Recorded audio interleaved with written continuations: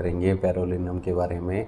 ये दवाई कहाँ काम आती है, किन डिजीज़ में, किन लक्षणों में दी जाती है, जानने के लिए वीडियो पूरा देखें। अगर आप हमारे चैनल पर नए हैं तो चैनल को सब्सक्राइब कर लें ताकि आने वाली हेल्थ रिलेटेड वीडियो से आप अपडेटेड रहें। ये दवाई स्किन डिजीज़ में दी जाती है। इसके अलावा इसे नर्व पेन में हम देते हैं, ग्लैंडुलर स्वेलिंग में से हम देते हैं।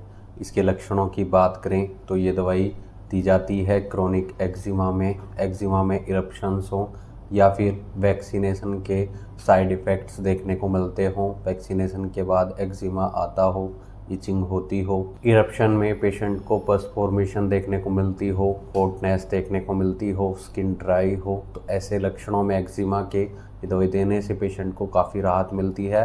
ख़ासतौर पर वैक्सीनेशन के साइड इफ़ेक्ट्स को ये दवाई ठीक करती है। इस दवाई को न्यूरैल्जिया में दिया जाता है, यानी नसों के दर्द में इस दवाई को हम दे सकते हैं। ख़ासतौर पर जब पेशेंट को टांगों में वीकनेस के साथ दर्द देखने को मिलता हो, जब पेशेंट सीढ़ियों से नीचे उतरता है तो उसको कमजोरी देखने को मिले, ऐसे लक्षणों में ये दवाई बहुत असरदार रहती है। दोस्तों, ये दवाई बहुत असरदार रहती है अगर बाहों में पेशेंट को स्वेलिंग देखने को मिले और दर्द तब बढ़ता हो जब उसमें मोशन हो, पूरे शरीर में थकावट के साथ रेस्टलेसनेस देखने को मिलती हो, यानी थकावट के साथ बेचैनी हो और दर्द पेशेंट का कमर से पेट की तरफ जा रहा हो।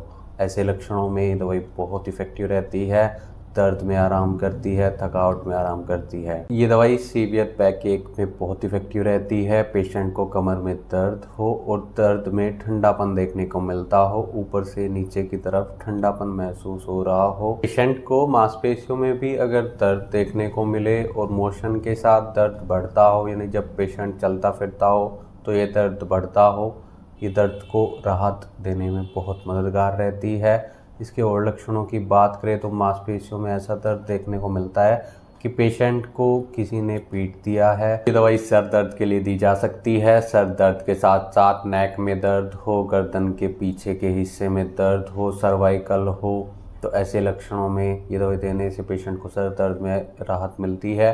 साथ ही इस दवाई को हम आँखों की स्वेलिंग में भी दे सकते हैं अगर पेशेंट को आँखों में स्वेलिंग देखने को मिलती हो।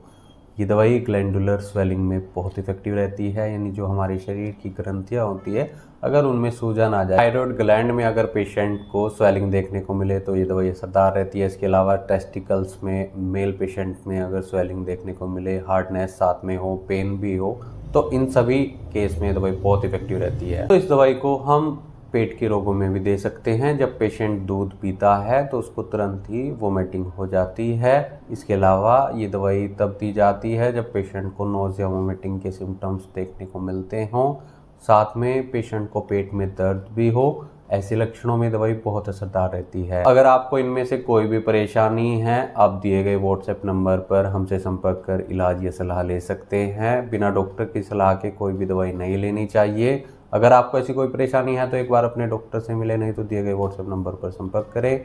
इसकी काफ़ी सारी पोटेंसी यूज़ की जाती है, 6 से लेकर 30 200 काफ़ी सारी पोटेंसीज यूज़ की जाती हैं। वीडियो देखने के लिए धन्यवाद। चैनल को सब्सक्राइब